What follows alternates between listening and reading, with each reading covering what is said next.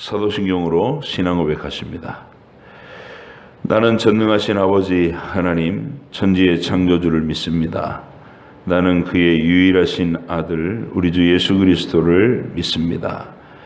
그는 성령으로 잉태되어 동정녀 마리아에게서 나시고 본디오 빌라도에게 고난을 받아 십자가에 못 박혀 죽으시고 장사된 지 사흘 만에 죽은 자 가운데서 다시 살아나셨으며 하늘에 오르시어 전능하신 아버지 하나님 우편에 앉아 계시다가 거기로부터 살아있는 자와 죽은 자를 심판하러 오십니다. 나는 성령을 믿으며 거룩한 공교회와 성도의 교제와 죄를 용서받는 것과 몸의 부활과 영생을 믿습니다. 아멘.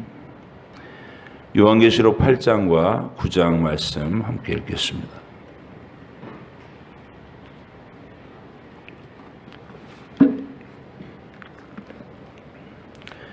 계시록 8장과 9장 말씀 함께 읽겠습니다.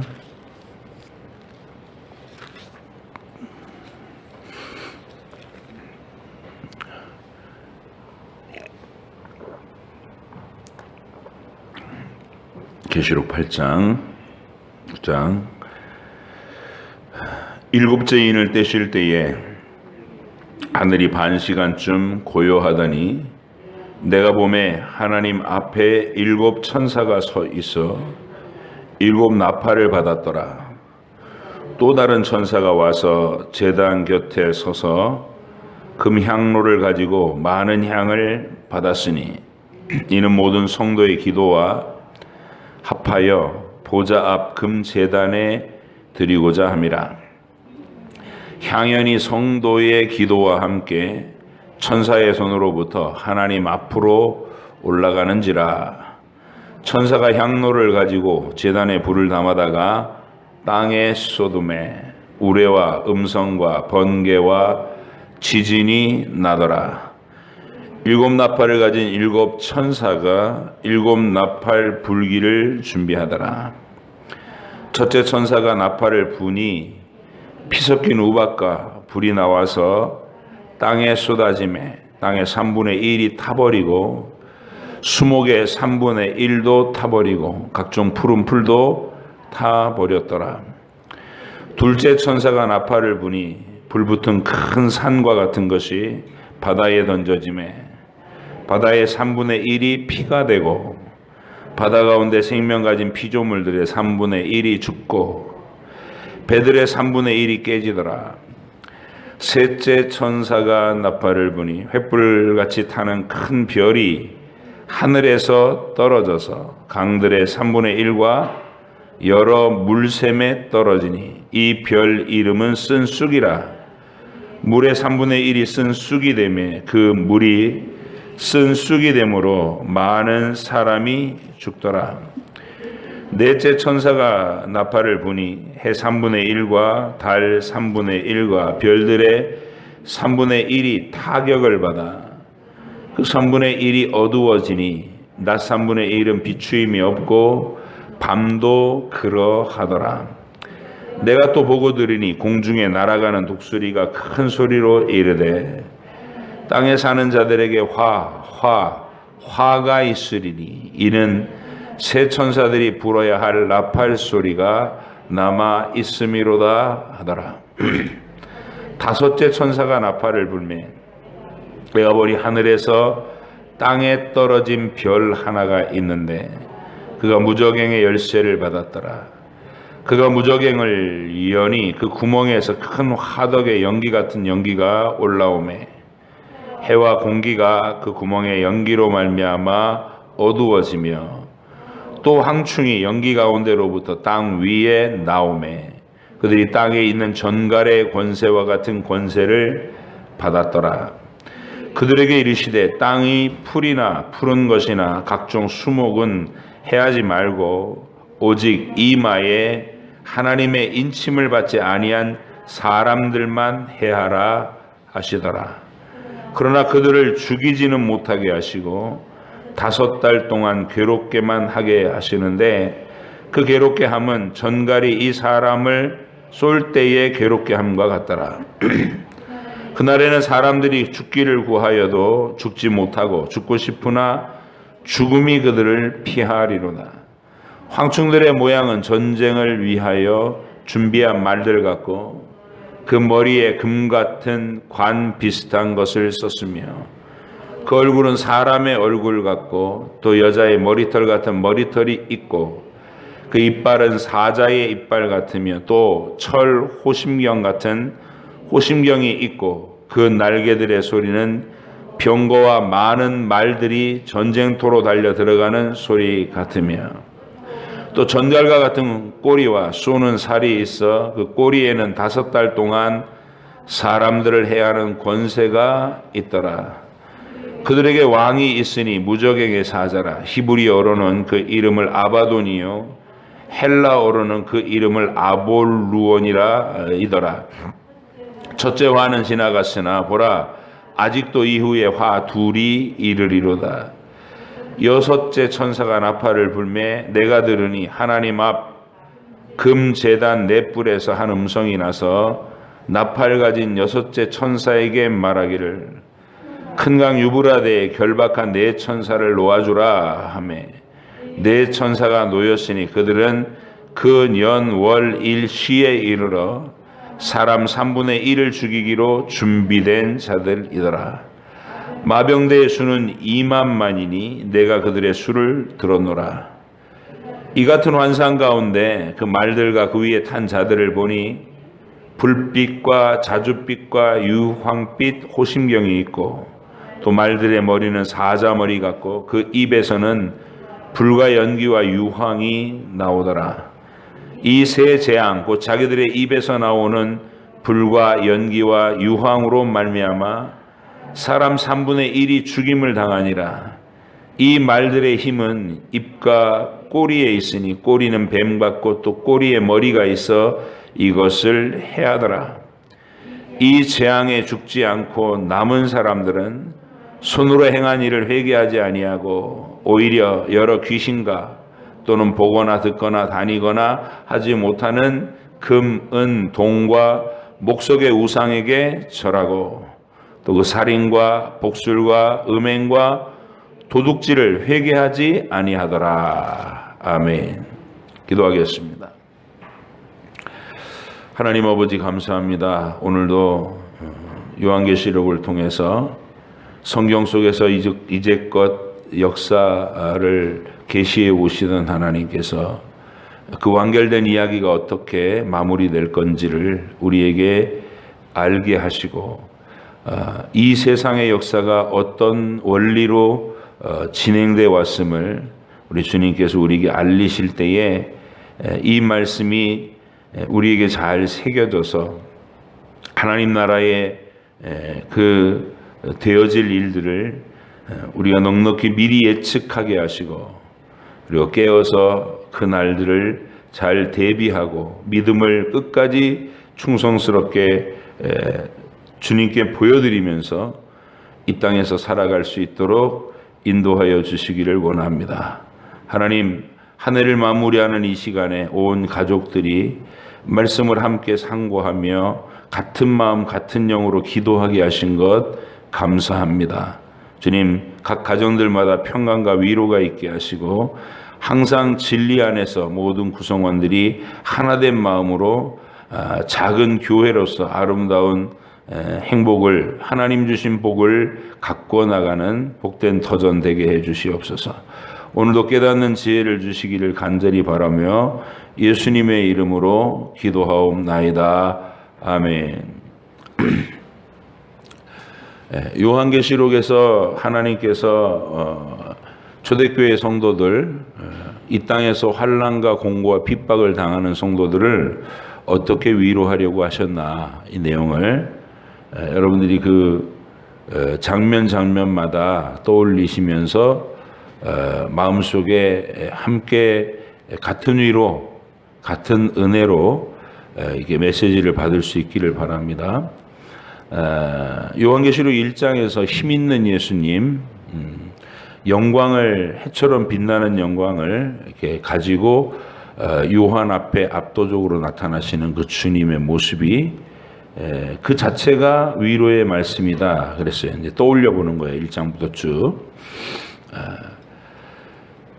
처음 세상의 구세주로 오실 때는 아무도 알아보지 못하고 아무도 귀히 여기지 않는 낮고 천하고 초라한 모습으로 오신다. 이제 이사야서 55장의 얘기였고, 다시 오실 주님, 지금 현실의 배후에서 온 세상 만물을 주관하고 계신 왕이신 예수는 마귀의 권세를 지금 제어하고 계시고, 당신의 백성들이 고난당하는 현실을 외면하신 분이 아니라 지극한 불꽃 같은 눈을 가지고 지켜보시며 아시고 계신 주님이시다.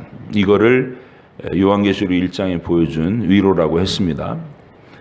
2장과 3장에서 이 세상에 존재하는 모든 교회들의 모습을 하나하나 주님이 다 알고 계시고, 그들이 잘하고 있는 것엔 지극한 기쁨을 나타내시고, 잘못하고 있는 것들에 대해서는 지극한 또 안타까움을 품으시고, 포기해 버리시는 것이 아니라 변화돼서 회개해서 올바로 회복해서 그 칭찬과 영원한 영광을 받아 누리기를 간절히 원하는 사랑으로 일일이 그들에게 대한 이 칭찬과 평가의 말씀들, 권고의 말씀들을 주고 계시던 이 일곱 별을 붙잡고 일곱 금조대 사이를 다니신다는 그 그림, 2장과 3장의 우리 주님의 모습이 오늘 이 시간에도 여러분의 일상에서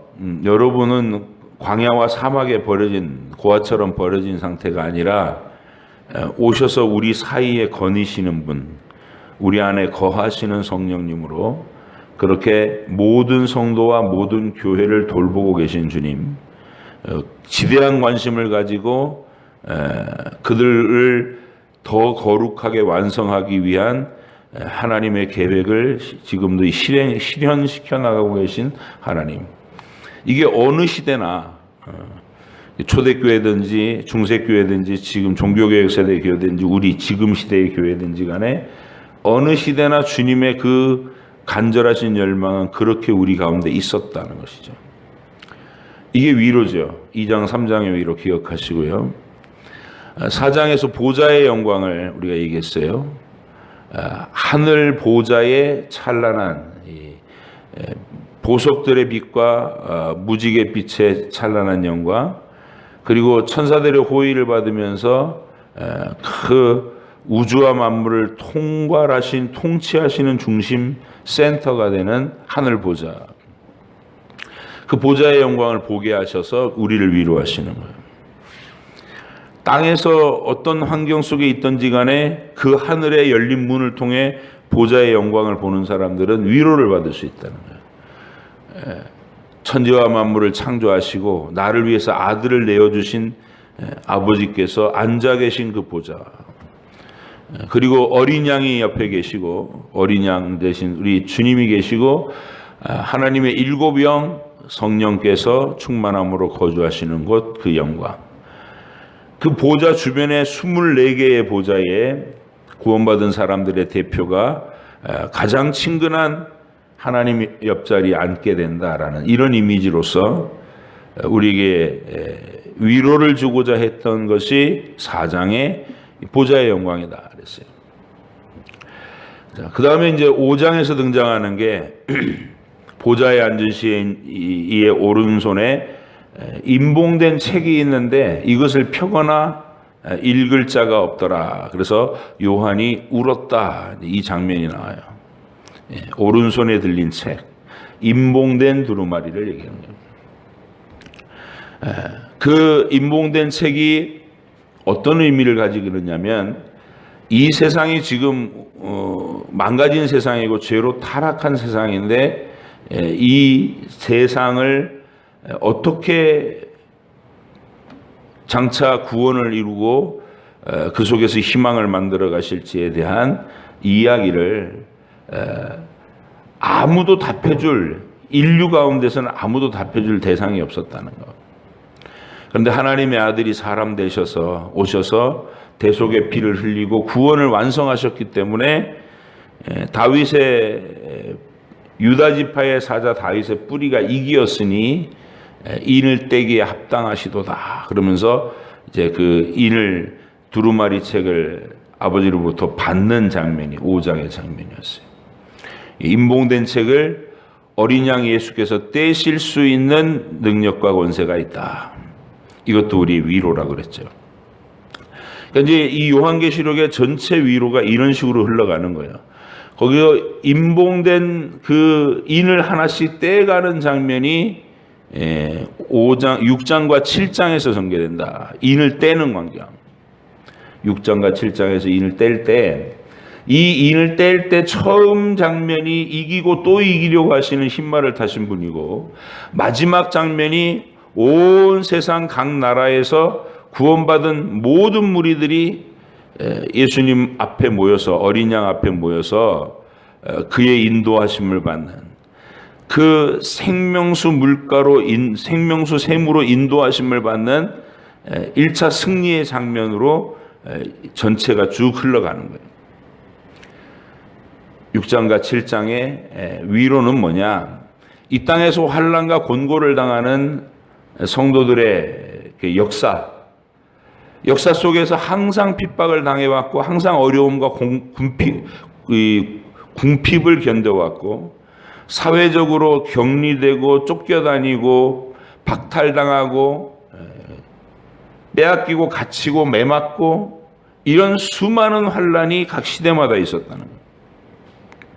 그런데 그 모든 성도에 대한 핍박과 환난은 성도가 망하는 것으로 끝나지 않고, 마지막 6번째 인을 보니까 그들을 죽이고 가두고 괴롭히던 세상의 권력자들이 어린 양의 진노 앞에서 벌벌 떠는 모습으로 마무리되더라는 거예요.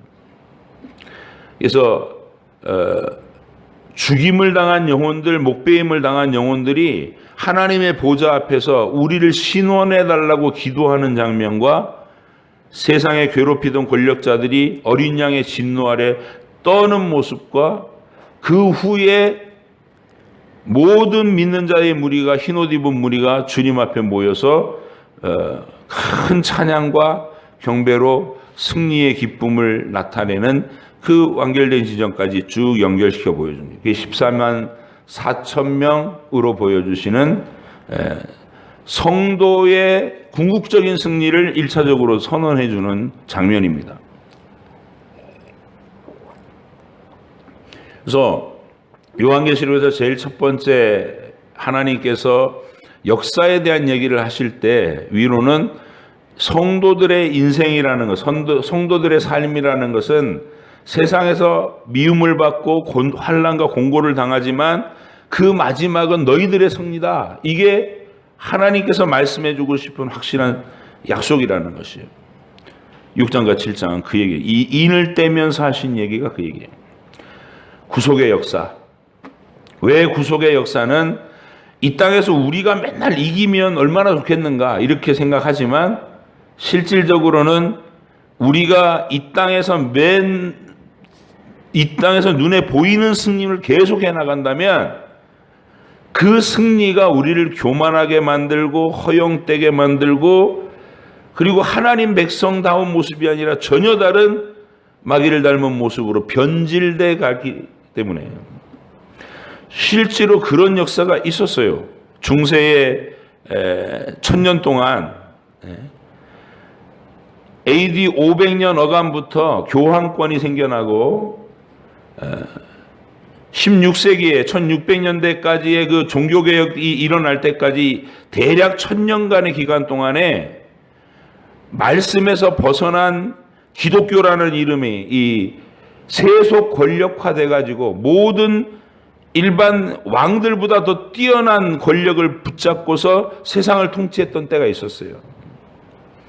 그때의 기독교의 모습이 얼마나 추악했고, 얼마나 무기력했고, 얼마나 잔인했고, 이런 것들을 우리가 역사 속에 볼 수 있는 거예요. 아, 교회와 성도가 세상에서 칼자루를 잡고 휘둘렀을 때 얼마나 추악한 일들이 일어났던가. 그래서 하나님은 하나님의 백성들을 이 땅에서 겸손하게 낮추시고 환난과 공고를 통해서 훈련받게 하시고 그리고 참되고 순결한 믿음이 고백되게 하시는 그런 여정으로 우리 믿는 자들의 역사를 규정하셨다는 거예요. 그래서 첫사람 아벨이 순교자로 딱 스타트 테이프를 끊고 순교자로서의 자기의 인생을 하나님께로 올려드리고 그리고 이 땅에 수많은 믿음의 선진들이 그렇게 세상의 미움과 공격을 받으면서 환난을 견디고 인내하고 끝까지 충성하는 길을 걸어갔다는 거예요. 이게 인을 떼는 그 내용으로 증명되는 죽는 자 같으나 처음부터 이기는 싸움이 이기고 또 이기려고 하는 흰말을 탄 우리 주님이 마귀의 머리를 부술 것이다. 이 선언으로 시작된 역사라는 거예요. 발꿈치를 상하기는 하지만 죽음으로 성도의 죽음으로 끝나는 이야기가 아니라 우리는 항상 세상에서 환난과 곤고와 핍박과 죽임을 당하지만 그걸로 우리가 망하는 게 아니라 하나님의 심판의 칼날은 오히려 세상의 권세자들을 두렵게 하고 그리고 우리는 14만 4천이라는 완전한 이름으로 완전한 숫자로 주님 앞에 모여서 승리의 영광을 이야기하는 것. 여기까지가 1차적인 중심 그림인 거예요. 하나님의 마음속에 있는 성도들의 역사를 향한 성도들의 이 땅에서의 환난을 당하는 모든 삶에 대한 하나님의 계획의 청사진이 다 펼쳐진 거예요. 인을 떼면서 마지막 14만 4천 명이 우리 어린 양의 인도하심을 받는 그 아름다운 승리의 장면으로 맞춰질 것이다. 이 얘기를 여러분 가슴에 두고 그 다음에 이제 그 위에 오늘 8장과 9장이 펼쳐지고 10장과 11장까지 마지막 11장에서 7번째 나팔이 울리니까 오늘 8장에서 7번째 인을 떼실 때에 하늘이 한 30분 정도 고요해지더니 그 하나님의 7 나팔을 받은 천사가 나타나더라. 나팔이라는 모티브를 가지고서 다음 이야기를 해 가려는 거예요. 근데 이 나팔이 8장에서 등장해가지고 11장에서 7번째 나팔이 울려요. 그러니까 8장부터 11장까지는 이 나팔, 7 나팔에 대한 이야기구나. 근데 이 7 나팔이 첫째 나팔이 부니까 피 섞인 우박과 불이 나서 땅에 쏟아지니까 땅 3분의 1이 타버리고 수목의 3분의 1이 타고 각종 푸른 불도 타고 이런 재앙을 얘기해요. 둘째 천사가 나팔을 부니까 불 붙는 큰 산과 같은 것이 바다에 푹 빠지는데 바다의 3분의 1이 피가 되고 바다 가운데 생명 가진 피조물들의 3분의 1이 죽고 배들의 3분의 1이 깨지더라 이렇게 돼 있어요. 셋째 천사 나팔을 부는데 횃불같이 타는 큰 별이 하늘에서 떨어져서 강들의 3분의 1과 여러 물샘에 떨어지니 이 별 이름은 쓴쑥이라. 물의 3분의 1이 쓴쑥이 되매 그 물이 됨으로 많은 사람이 죽더라. 그래서 우리가 전개되는 내용을 쭉 보면 자연계에서 일어날 재해들을 얘기하는 거예요. 땅에 불이 나고 바다에 해양 사고가 일어나고 해일이 일어나고 그리고 이 먹을 물, 강물이 쓴쑥이 돼서 먹지 못하는 물로 바뀌고 많은 사람이 죽게 되는. 넷째 천사가 나팔을 부는데 해 3분의 1과 달 3분의 1과 별들의 3분의 1이 타격을 받아 그 3분의 1이 어두워지니 낮 3분의 1은 비추임이 없고 밤도 그러하더라. 이게 하늘의 권능들이 흔들리고 기후의 변화가 일어나고 막 두려운 일이 계속 일어난다는 얘기예요. 이게 8장에 나타나는 자연재해들을 얘기하는 겁니다. 그리고 9장에서는 무슨 얘기를 하느냐면 무저갱의 열쇠를 가진 하늘에서 땅에 떨어진 별 하나가 있는데, 이건 천사가 쫓겨난 천사를 얘기하는 거죠. 낮추심을 받은, 하늘의 전쟁에서 피하고 땅으로 쫓겨난 사탄과 마귀를 뜻하는데, 무저갱의 열쇠를 받아가지고 그 무저갱을 열어버린대요. 이게 갇혀있던 어떤 감옥의 개념이 무저갱이라는 성경에서 이 표현은, 하나님이 뭔가를 이렇게 한 곳에 구덩이에 딱 가두고서 입구를 딱 막아놨는데 그거를 열어 제꼈단 말이에요. 열어 제꼈어요. 거기에 무저갱을 여니까 구멍에서 큰 화덕의 연기 같은 연기가 올라오매 해와 공기가 그 구멍의 연기로 말미암아 어두워졌대요. 또 황충이 연기 가운데로부터 땅 위에 나오매 그들이 땅에 있는 전갈의 권세와 같은 권세를 받았더라. 메뚜기 떼 같은 막 기어나오는 그 형상을 형상화시킨 거예요. 그 구덩이에서, 무저갱이라고 부르는 구덩이에서 문이 벌컥 열리니까 메뚜기 떼가 올라오는 것 같은 황충 떼들이 막 기어 올라오더라고요.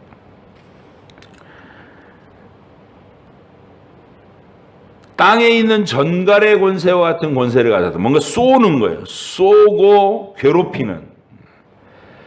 4절 보시니까 9장 4절 그들에게 이르시되 땅의 풀이나 푸른 것이나 각종 수목은 해하지 말고 오직 이마에 하나님의 인침을 받지 아니한 사람들만 해하라 하시더라.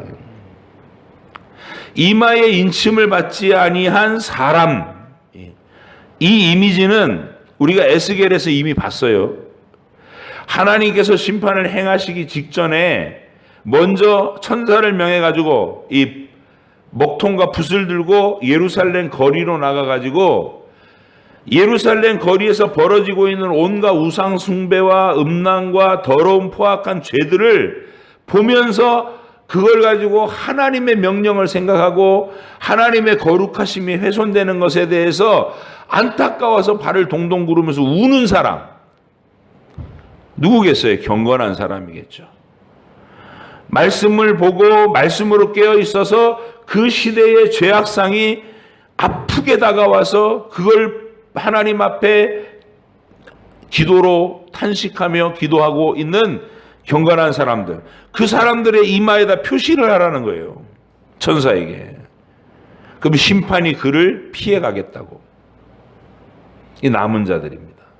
에스겔에서 이미 그런 이 상징, 그런 환상을 보여주셨는데 오늘도 보니까 무정행에서 올라온 이 황충 같은 정갈에 쏘는 독을 가진 이 벌레로 표현되는 이 스멀스멀 기어 올라온 것들이 누구를 괴롭히느냐?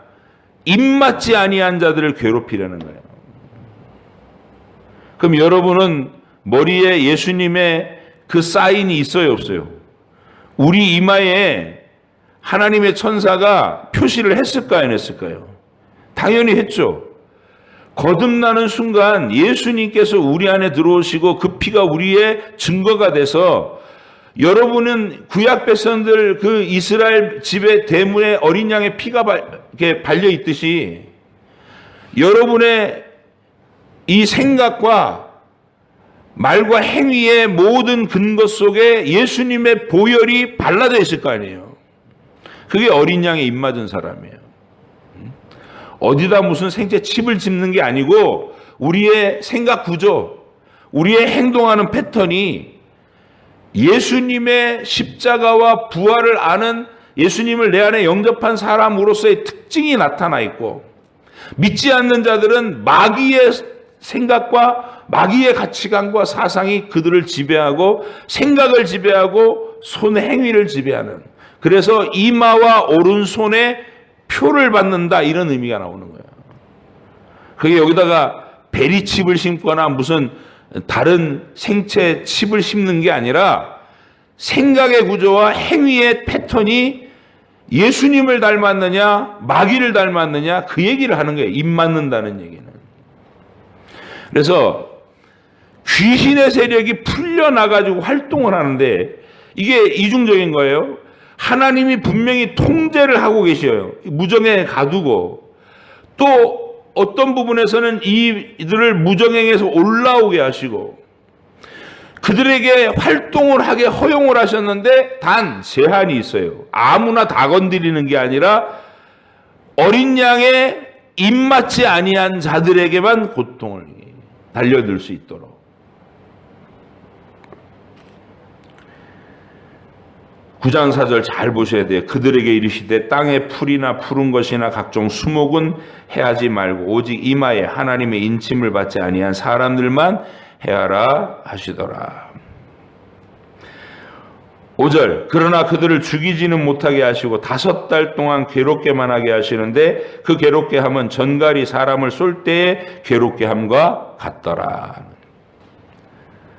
여기서 무적행에서 올라오는 황충이라는 이 환상은요, 메뚜기가 올라온 게 아니라 전갈에 쏘는 독을 가지고 우리 인류 역사 속에 투입돼 가지고 활동하는 악한 영들을 얘기하는 거예요. 귀신의 영들.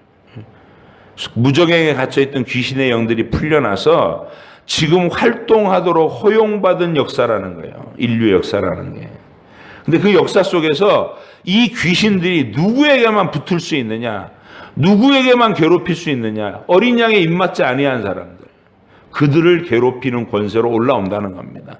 정신적으로 피폐하게 만들고 늘 막 포악해지게 만들고 음란하게 만들고 이 전부 귀신들의 쏘는 도구로 일으킬 일들입니다. 여기에 유일하게 안전한 곳은 어디냐? 예수님의 이름이 이마에 새겨진 사람. 태초부터 종말까지 말입니다. 처음부터 이 세상에 오실 구세주의 언약 그 진리를 믿은 사람은 아벨과 같은 믿음, 에녹과 같은 믿음, 하나님의 구원과 심판이 임할 것이라고 자기 시대에 외쳤던 그 모든 복음을 들고 있었던 백성. 예수님은 아직 이 세상에 안 오셨어도 장차 이 세상에 그분이 오신다 그러고 그분이 하실 일이 우리에게 구원의 근거를 마련하고 악한 세상에 대해서는 심판을 행하실 그런 권능의 주님이시다. 우리가 바라보고 있는 예수나 이전에 태초에 바라보던 예수나 동일한 예수를 먼 곳에서 미리 바라본 사람, 이미 오신 그분을 목격자들의 증언을 통해 바라보는 사람, 이렇게 한 주님을 양쪽에서 태초부터 종말까지 보는 사람. 이 사람들이 예수 그리스도의 사람이에요. 머리에 입맞은 사람들. 지옥에서 올라온 이 귀신들의 세력이 그들을 건들지 못한다. 제한이 딱 돼 있는 거예요. 건들지 마라. 입맞지 않은 자들을 괴롭혀라. 근데 죽이지는 못한다. 괴롭게만 한다. 괴롭게만. 여러분, 귀신이 와가지고 사람을 이게 직접적으로 뭐 죽이거나 그러지 못하죠. 막 미쳐 돌아가긴 하죠. 마음을 곤고하게 하고 제정신이 아닌 그런 사람으로 만들고 이게 극단적으로 귀신 들림 현상에 사로잡힌 사람들이 그렇게 비참해지는 반면에 일반적인 세상 사람들도 이 귀신의 영들의 활동에 의해서 그 감성의 어떤 깊은 굴곡들, 널뛰는 증오심을 가지고 누군가를 막 일평생 미워하는 그런 증오심 속에 사는 사람들, 폭발하는 그 분노를 억제하지 못해가지고 살인하게 하고 온갖 부조리한 일들을 만들어내게 있는 일들, 이 전부가 이 쏘는 독을 가진 이 황충들의 역사라는 거예요. 귀신의 영들. 그리고 9장의 마지막 부분에 가서는 그들이 전쟁의 영이 돼서 사람들의 마음에 한 시대에 막 전쟁의 상황을 불러일으켜 가지고 이 국지전과 세계적인 대전이 막 일어나도록 그런 얘기예요. 그런 얘기가 전개되고 있어요. 그런데 그런 고통스러운 전쟁의 참상, 참화 이런 것들이 일어나도 거기서 어린 양에 입맞지 않은 대다수의 사람들은 그 고통으로 회개를 하느냐? 그렇지 않더라는 것이 20절 보세요. 9장 20절.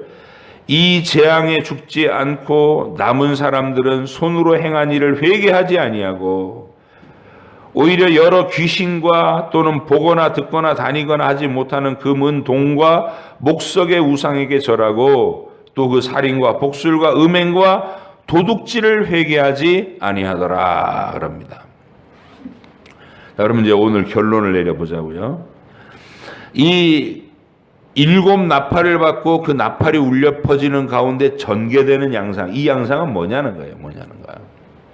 우리가 7 인을 뗄 때는 하나님의 구원받은 백성들이 살아갈 세상을 얘기했다 그랬어요. 그들은 이 땅에서 그 믿음을 증거하기 위한 시험과 환난과 고통, 곤고함 속에 지나가게 된다. 그게 하나님의 계획이다.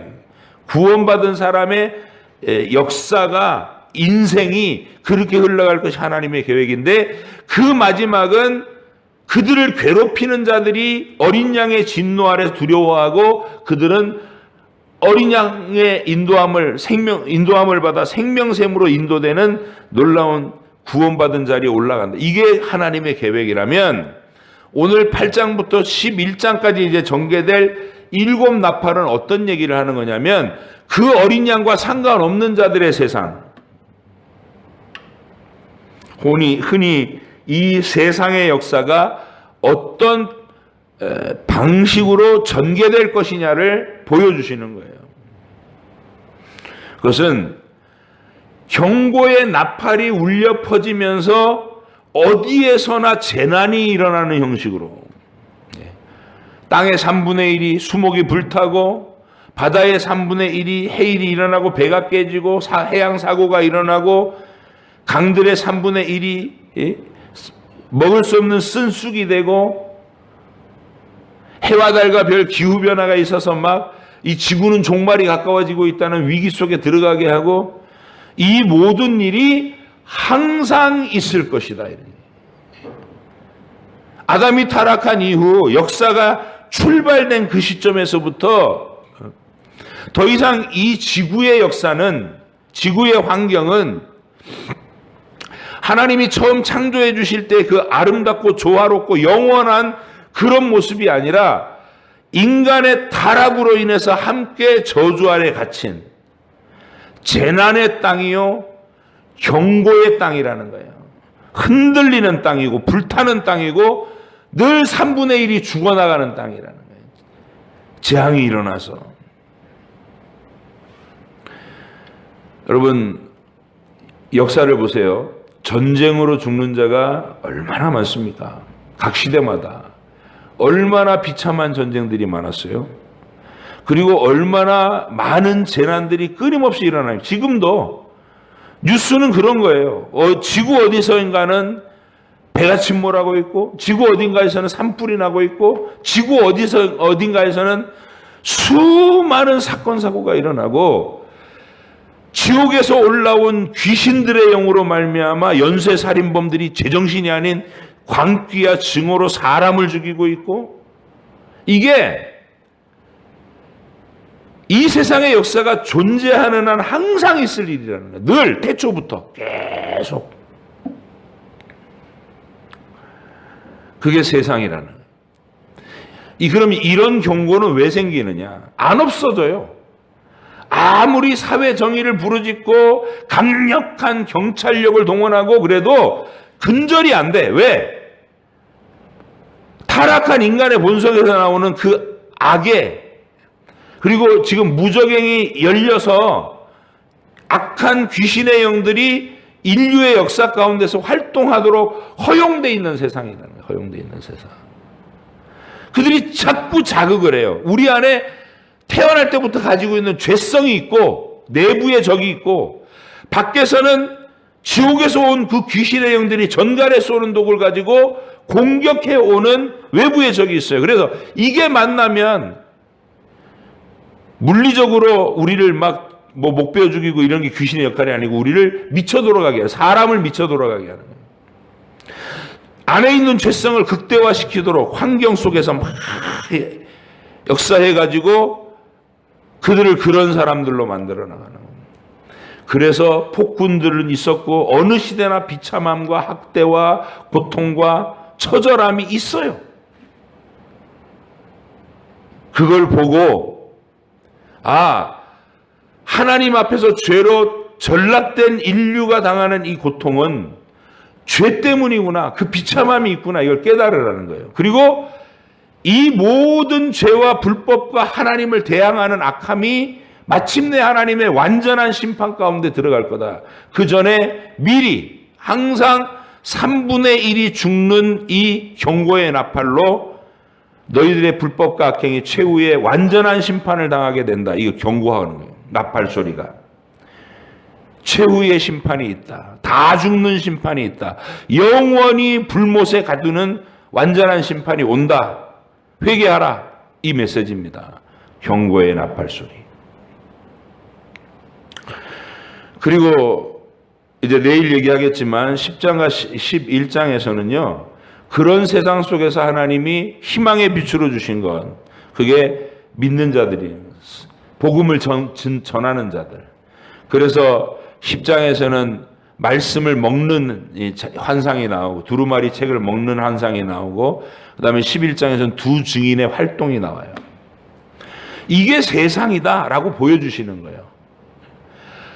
죄의 저주가 임해 있는 귀신들의 활동으로 막 전쟁과 사람들의 어떤 광기가 발휘되는 그런 세상 속에 너희가 살고 있는데 그 속에 하나님이 말씀을 가진 전도자들을 보내서 복음을 증거하는 희망을 일하고 계신다. 이게 너희들이 사는 세상이다라고. 요한계시록은 우리 성도들에게 자기가 살아가고 있는 세상이 왜 그렇게 돌아가는지에 대한 하나님의 이유를 설명해 주신 책이라는 거예요. 그 관점을 가지고 세상이 이제 보이는 거예요. 그래서 이 세상에는 이렇게 재난이 끊이지 않고 전쟁이 끊이지 않는구나. 하나님이 처음부터 그렇게 정하셨구나. 죄에 대한 교만이 하늘을 찌르지 못하도록 인류의 자체의 교만을 언제나 꺾어주시는데 그러는데도 회개하지 않는다잖아요. 이 재앙에 죽지 않고 남은 자들이 자기 손으로 행한 일이 사람들은 손으로 행한 일을 회개하지 아니하고 오히려 여러 귀신과 보거나 듣거나 다니거나 하지 못하는 금은 동과 목석의 우상에게 절한대요. 우리가 살고 있는 세상과 똑같잖아요. 하나님은 죄에 대한 진노를 그렇게 늘 표현하고 계신데도 경고로 표현하고 계신데도 우리는 아랑곳 없고 나만 안 죽었으면 뭐 그러면서 또 살아남은 자들은 하나님께 회개하지 않고 우상을 섬기는 쪽으로 치달리더라. 유일한 안전한 곳은 어디예요? 머리에 입 맞은 사람들, 어린 양의 이름이 써 있는 사람들. 이 사람들은 지옥에서 올라오는 황충들에게서 안전해. 왜? 하나님께서 금지에 선을 그어 놓으셨거든요. 머리에 이마에 입 맞은 사람은 건들지 마라. 거기까지만 움직일 수 있는 거예요. 마귀와 귀신들이. 그래서 참 신앙을 고백하는 사람은 어린 아이라도 안전해. 이 환난과 귀신들의 활동의 이 역사 속에서 어린 아이들이라도 참 믿음을 고백한 사람은 안전하다고요. 이 범주를 떠나가는 사람은 그들의 밥이 되는 거예요. 공격의 대상이 되고. 그래서 교회와 신앙 고백이라고 하는 이것이 여러분을 안전하게 지킬 수 있는 울타리가 된다. 이 재난의 땅에서 귀신들이 활동하는 악한 영들이 활동하는 터전에서 제일 안전한 건 어디냐? 예수님을 고백하는 영혼. 이게 오늘 그림에서의 우리에게 주시는 위로입니다. 그러니까 하나님이 이런 계획을 가지고 지금 역사를 전개시키고 계시다. 그러니까 밝히 보고 우리가 마음속에 그런 거구나 깨달아지면 힘이 생기잖아요. 여러분이 살아가고 있는 인생이 안개가 자욱한 뭐가 뭔지 모르는 세상이 아니라 분명하게 모든 게 안개가 거친 것을 싹 거치고 하나님이 하시려는 일이 선명하게 드러나는 거. 그게 요한계시록이에요. 여러분이 이 계시록을 읽고 오늘도 이 가르침 속에서 여러분의 인생을 정확하게 이해하면서 내가 어느 지점에 서 있어야 되고 어떤 일에 충성해야 되는지를 분명하게 깨달으면서 하나님의 인도하심을 받는 복된 하루 되시기를 주의 이름으로 부탁드립니다. 기도하겠습니다. 하나님 아버지 감사합니다.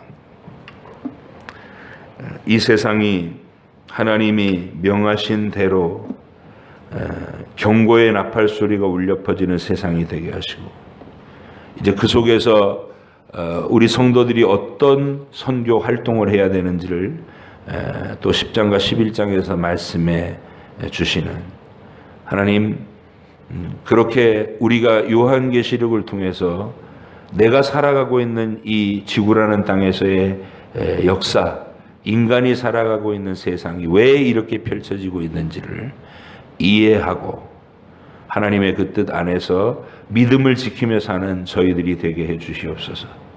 오늘 말씀이 약속하시고 있는 것처럼 우리는 사탄과 마귀의 세력에서 공격받지 아니하고 하나님께서 안전하게 보호되도록 명해 놓으신 가장 복된 대상들이라는 사실을 분명히 믿고, 오늘도 담대한 용기로 내게 주신 이 훈련의 땅을 궁극적인 승리로 영원히 명예롭게 될 이 땅의 삶을 내가 용기 있게 담대하게 충성스럽게 살아갈 수 있도록 힘을 허락하여 주옵소서. 감사드리며 예수님의 이름으로 기도하옵나이다. 아멘. 하늘에 계신 우리 아버지, 아버지 이름을 거룩하게 하시며 아버지의 나라가 오게 하시며 아버지의 뜻이 하늘에서와 같이 땅에서도 이루어지게 하소서. 오늘 우리에게 일용할 양식을 주시고 우리가 우리에게 잘못한 사람을 용서하여 준 것 같이 우리 죄를 용서하여 주시고 우리를 시험에 빠지지 않게 하시고 악에서 구하소서. 나라와 권능과 영광이 영원히 아버지의 것입니다. 아멘.